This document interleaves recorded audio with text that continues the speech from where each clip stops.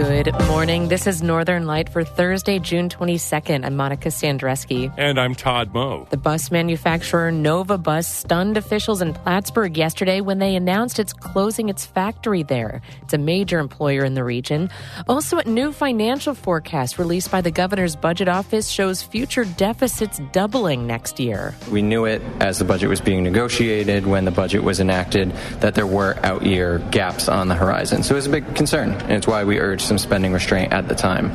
Folks in Brazier Falls voted this week to turn their reading room into a fully chartered library. We'll listen back to our conversation with those who pushed for a chartered library in Brazier Falls. And we'll preview the Adirondack Food and Wine Festival this weekend. This is in, smack dab center of Lake George. So within walking distance, you have thousands of hotel rooms, hundreds of restaurants. There's just so many fun things to do. All of that and more is coming up on Northern Light. Stick with us.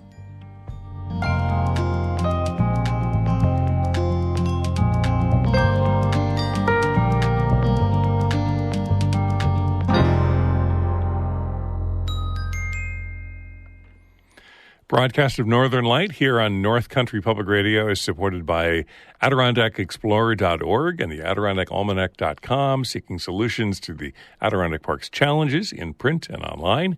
And Gray & Gray & Associates, CPAs, an accounting and financial services firm in northern New York with offices in Canton, Potsdam, and Spring Hill, Florida. GrayCPAS.com.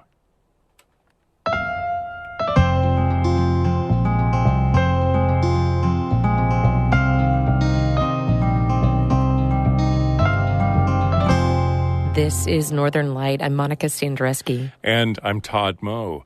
In a surprising move, Nova Bus has announced it will close its bus production and manufacturing facility in Plattsburgh by 2025. It's one of the North Country's biggest manufacturers and employs more than 350 people. According to WCAX News, Nova Bus plans to focus on their more profitable facilities in Quebec. Local officials say they were stunned by the company's announcement. Gary Douglas, president of the North Country Chamber of Commerce, said in a statement that he was totally surprised and had been anticipating the company's growth with the national transition to electric buses. Assemblyman D. Billy Jones called the news devastating and related it to the impact of the closures of Pfizer and the Plattsburgh Air Force Base. Nova Bus president Ralph Axe said in a statement that the company will try to help employees find other jobs. A new financial forecast released by the governor's budget office shows future deficits doubling next year.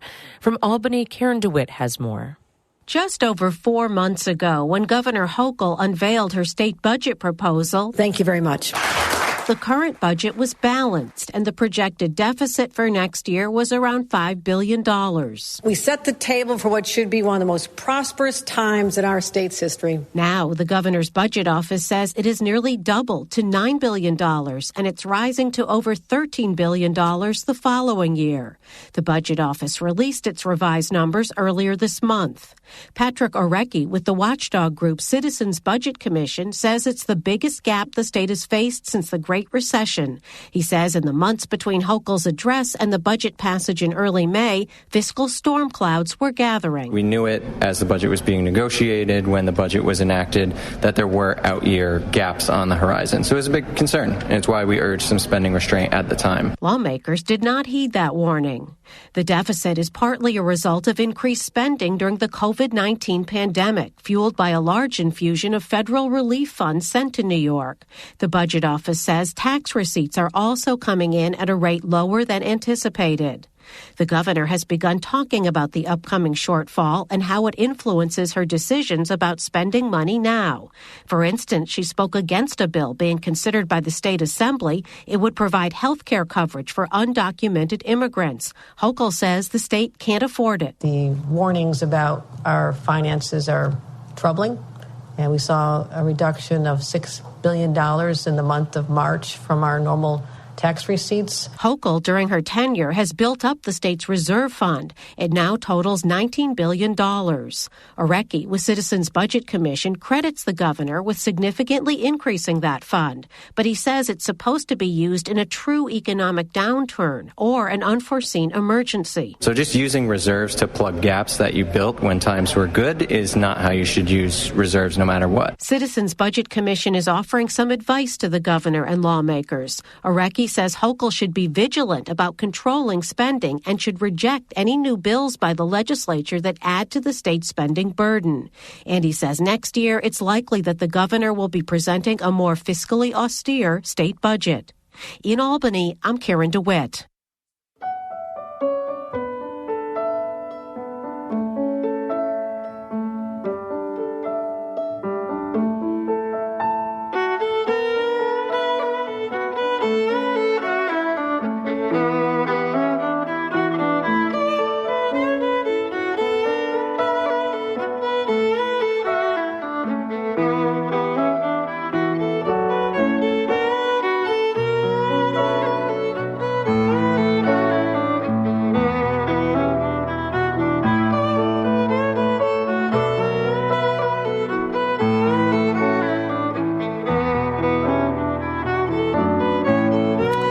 You're listening to Northern Light here on North Country Public Radio. It's 6 minutes past 8.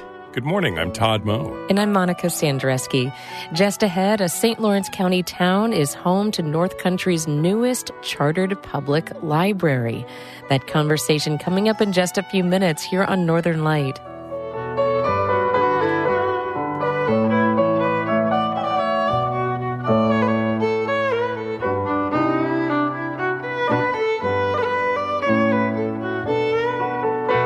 Gretchen Kohler on the fiddle and Daniel Kelly on piano. You can hear more of their music on our website anytime. They're part of the Underscore Project, and you'll find a link at ncpr.org/underscore.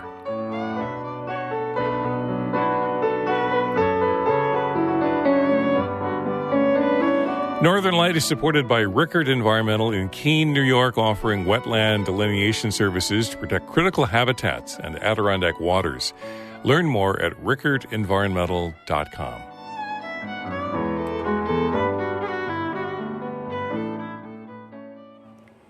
It used to be that all North Country schools offered classes in agriculture. Most people were farmers at one time or lived near one. Today, those classes have become more scarce. At one school in northern Franklin County, students are growing their own vegetables for school lunches and learning about agriculture, sustainability, and nutrition. NCPR intern Kelly Daphnis has more. The Ag Lab at Salmon River is a little annex off the school library. It smells like fresh potting soil and chemical fertilizer. Kids are busy growing and harvesting vegetables. We're planting lettuce right now. This is a seed plate. 10th grader Carissa Lindley is showing us how to plant lettuce using sheets of metal with rows of holes in them. And then you put a seed in every one of the big holes. We cover it back up with soil, and then we put it on our tray. On the other end of the room, Jonathan Delisle, an 11th grader, and Will Lazor and Brennan Oakes, both 10th graders, are shoveling potting soil. They're adding some worm castings into the mix. It just makes it more so the plants grow better. The kids chase around their class mascot, a rabbit named Jack Jack, who they'll feed lettuce to. We give him a little bit every now and again from a tray that's going to be compost. We'll clip it and we'll give it to him. Yep, he has whole free range of the courtyard. Yeah, he's living the life. This Ag Lab course is a little unusual for Salmon River. It's funded by the Healthy Heart Network in Saranac Lake, and it is the only ag-based program offered here. There wasn't really a whole lot of ag classes in Salmon, so it's about the closest you can get right here. I like it. That's Brennan Oakes. Brennan's mom is Michelle Oakes, the class facilitator. She also attended Salmon River when she was a kid. Well, I was in high school. I was involved in the FFA, and I took ag classes. And so when I came back in 2014 and found out that we no longer had an ag program, I was a little bit taken aback by that, because up until that point, ag had been such a large part of our school history. Oaks hopes that this course will start to revitalize ag education at Salmon River. It really is surprising sometimes how many students really don't necessarily understand where their food comes from. Oaks says that the goal of this class is to give students the space to learn about how growing food works and to use sustainable practices in their own lives. Plus, Oaks wants to keep providing a space for kids who are interested in farming and spending time outdoors. 2 of those kids in that classroom right there are my kids. And one of them has really been a driving force for me in saying, Mom, there's nothing that I feel connected to right now. In getting this program going again, I feel like we are, again, building that foundation, but also allowing all of those other students who struggle during the day to find a connection have something to look forward to and want to be here for. Oaks says that the class has been very popular with the student body. She says the kids love tending to the lettuce and tomato plants every day. Oaks says that they get to see their impact on the school community when they buy lunch at the cafeteria. And then I'll have students come in and say, I ate your lettuce today in the cafeteria, which is kind of cute. So far, her class has provided over 55 pounds of lettuce to the Salmon River cafeteria. Oaks hopes that the ag program will expand within the next few years. She plans on building a greenhouse and creating a mentor program where second-year ag students can teach newbies all they've learned about growing their own food. Maya Mackey and Kelly Daphnis, North Country Public Radio. This story was co-reported by Kelly and NCPR intern Maya Mackey.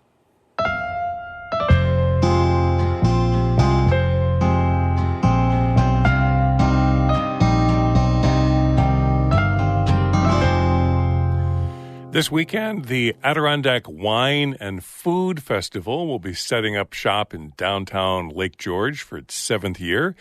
And as you might expect, there will be a lot of vendors sampling and selling wine and food. This year, they've also added a beer garden and a food truck alley. Amy Feiereisel spoke with founder Sasha Party, who with her husband owns Adirondack Winery in Queensbury. She started the Adirondack Wine and Food Festival in 2014, inspired by the renovated Lake George Fairgrounds. And that I saw as like the perfect place to do our own festival and kind of take the bits and pieces from all of these other festivals that we had been attending as a vendor and make it, in our opinion, in our way that we think, to do it better. So for someone who has never been, can you describe the Adirondack Wine and Food Festival and what people can expect to find there? So the nice thing about our festival is that, most of these are held at like fairgrounds that are kind of in the middle of nowhere.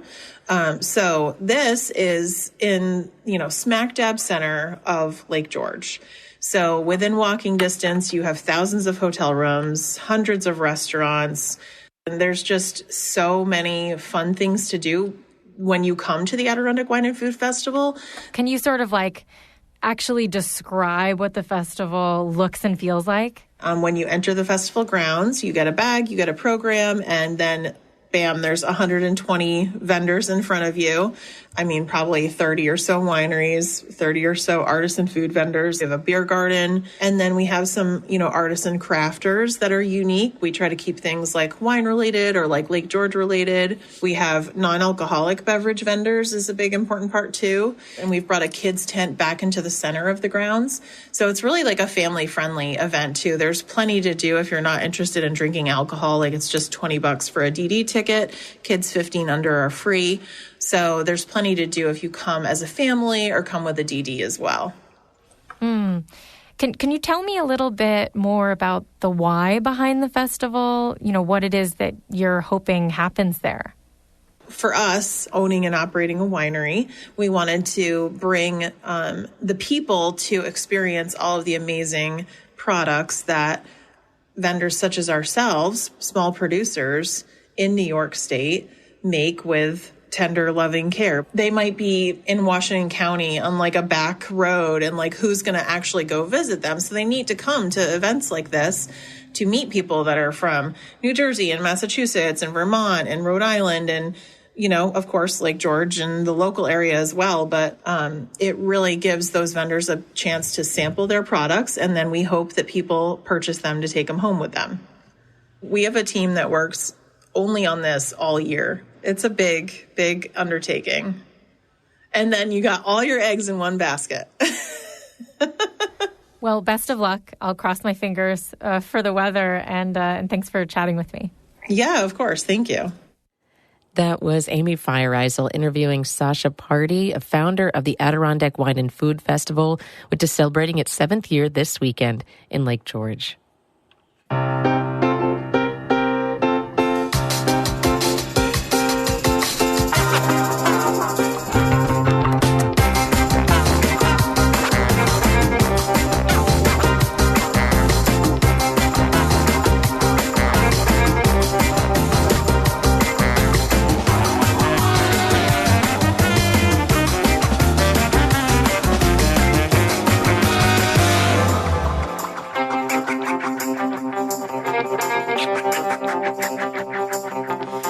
You're listening to Northern Light here on North Country Public Radio. I'm Todd Moe. And I'm Monica Sandreski. Coming up in just a minute, voters have approved the establishment of the Bodenhausen Public Library in Brazier Falls. Then stick around after the show for Bird Note. We're celebrating World Rainforest Day coming up at 8:42.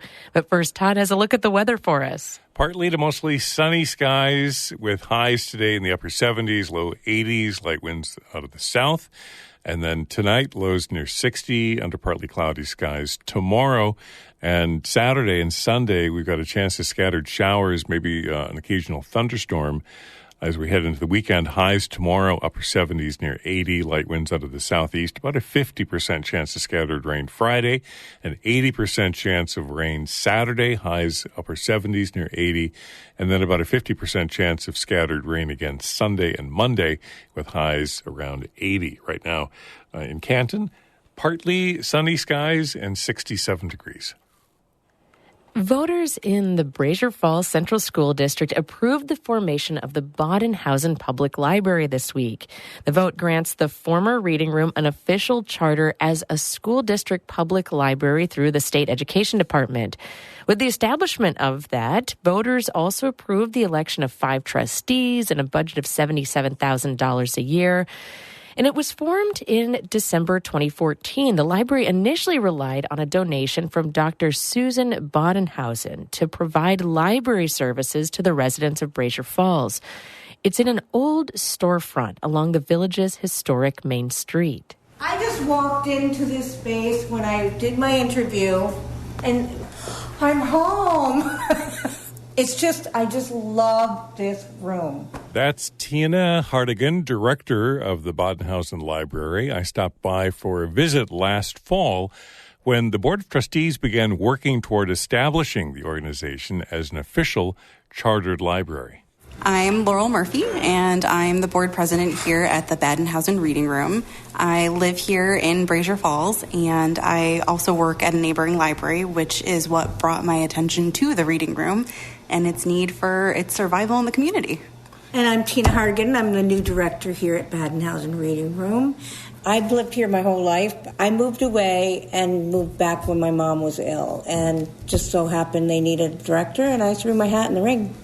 And here you are. And here I am. Loving it. Our community voiced their concern over the reading room, then the branch library closing. And it was loud, and there was a group of volunteers that, we dug our heels in and said, nope, we're not letting it close. And here we are, and the doors closed for a little bit so we could transition. And then we opened, and it's the same services we offered before, same library card we offered before. So continuity of services was really important. We also partner with 65 other libraries in the North Country Library System, can get books from any of those 65 libraries. We're working on some partnerships with other members in the community, other organizations in the community. So it's been really successful so far. We're excited for it. So you're sort of a library in all but name because you're tied in with, are you in the Northern New York Yep. Library System? Yeah, Yep. yeah. So we're part of the North Country Library System, so same card that you can use in Messina, Canton, Ogdensburg, all the way down to Fulton, Oswego. All of those libraries use the same library card, same e-resources, same e-books, everything like that. So we get to benefit from all of those other libraries' resources. So there's kind of a little bit of a silver lining here, because unfortunately the Messina Library had to let you go, but that's amazing that you say that there were people... From the ashes. Phoenix from the ashes, yeah. It is amazing. The group that started this has been, supportive all along, and then it took people like myself and some other trustees who have experience working with libraries to become involved and really start figuring out what had to happen to set a budget, to figure out, we have to get a bank account. We've started applying for our 501c3. Those nitpicky things that had to happen for it to function. Has Brazier Falls ever had a library when you were growing up, Tina? Was there a public library? Or? Well, I think in my cover letter I mentioned my nose was always in a book. Yeah. And the library that I frequented was St. Lawrence Central. That's the only library I was able to even... I remember my mom reading a lot and having a lot of books, so I read her books, but... As a library, we went to the school library, took what we wanted before the weekend because otherwise we wouldn't have... Anyway, so that was my library. So I liked the entrepreneurial vision that Dr. Badenhausen had. So we are continuing that. I think that she had the right idea, and every town needs a library. Every town. We can't have a lot of things in here, so we're trying to do the important things, and finding out what those important things are is key. So, Jellystone Campground, I put up a sign saying, anyone that's staying here can come over. We'll give you a library card. I'll even deliver the books if you want me to. To the campsite. To the campsite, and they come over. I called it some more reading. We're trying little things that might not work in the short term, but might work in the long term. And let me ask, Laurel, what is it that is there a love of books and libraries? And you don't have to do this. You're a volunteer, right? I mean, why did you say, I need to be a part of this? My cracking point was the fact that my daughter was going to grow up in a community without a public library. They had gone through the trouble and thanks to Dr. Badenhausen, of establishing a library, and then all of a sudden it was going to disappear. And I wanted my daughter to know the same joy that I knew of going in for story hour and summer reading and picking out books and everything like that. And so I was very upset to know that we weren't going to have one anymore. It just did not sit well with me. And I didn't initially come in planning to be on the board. I was just helping. And then I decided that it was a good fit for me to become involved, and I think we've enjoyed it. We're thankful for the staff that we have. Everybody has been working as a well-oiled machine to make this happen. Yeah. And it's, like you said, a hub. It's a heart of the community. Libraries are where anybody from any walk of life can come in and hopefully find something that brings them joy or interest or anything like that. And I think that's what we're aiming to do. And as Tina said, we want to be what our community needs us to be. Badenhausen Public Library Trustee Laurel Murphy. We also heard from Tina Hartigan, Director of the Library in downtown Brazier Falls in St. Lawrence County. It's from my visit to the library last fall.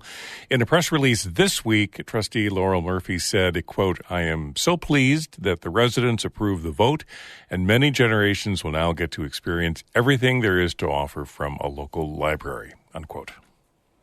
You're listening to Northern Light right here on North Country Public Radio, and there are so many events going on throughout the community on these warm summer days. Don't forget to check out the work of artist Dave Fadden on display now at Blue Seed Studios. This is the last weekend to be able to see it. He's an Anchiata-based artist, and his new exhibit, his latest exhibit, is called Indigenous Reflection. He's known for his portraits of Indigenous men and women, and you can see his work on display now at the gallery at Blue Seed Studios through June 25th. That's this Sunday. You can find out more at blueseedstudios.org. The Upper J Arts Center presents a play reading of Hot Dish by Brendan Healy. It's going to be this Saturday night, June 24th, 7 p.m.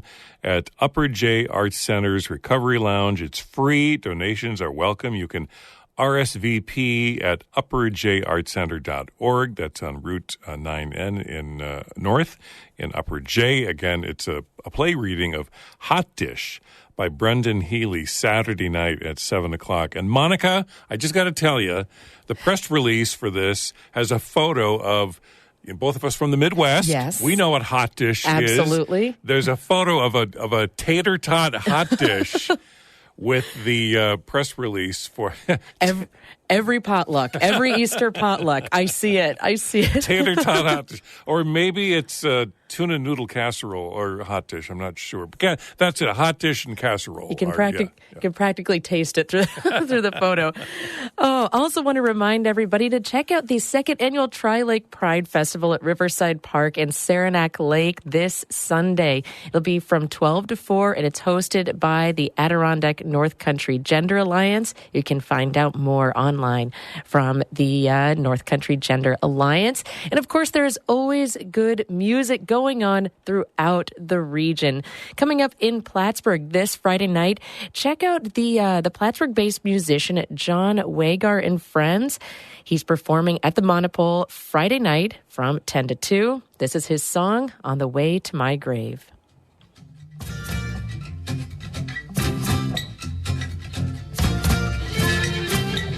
On the way to my grave, I was riding a stallion. I was riding a stallion on the way to my grave. On the way to my grave with a gold medallion. I was riding a stallion on the way to my grave.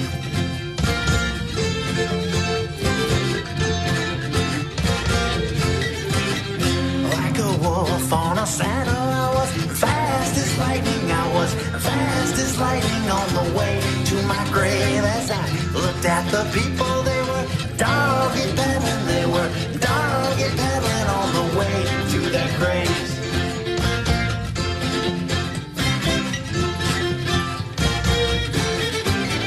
On the way to the dance, I was looking under. I was snorting thunder on the way to my grave. I was sketching etches on the walls of the cave. I was playing my trumpet on the way to my grave.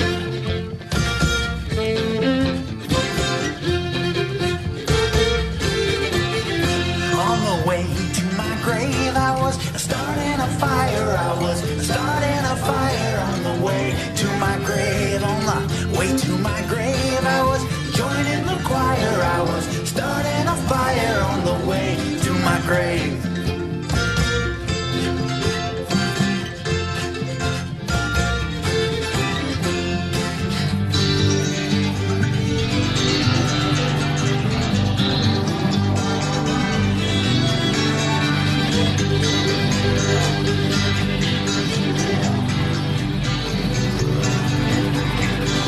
On the way to my grave, I was riding a stallion. I was riding a stallion on the way to my grave. On the way to my grave with a gold medallion. I was riding a stallion on the way to my grave.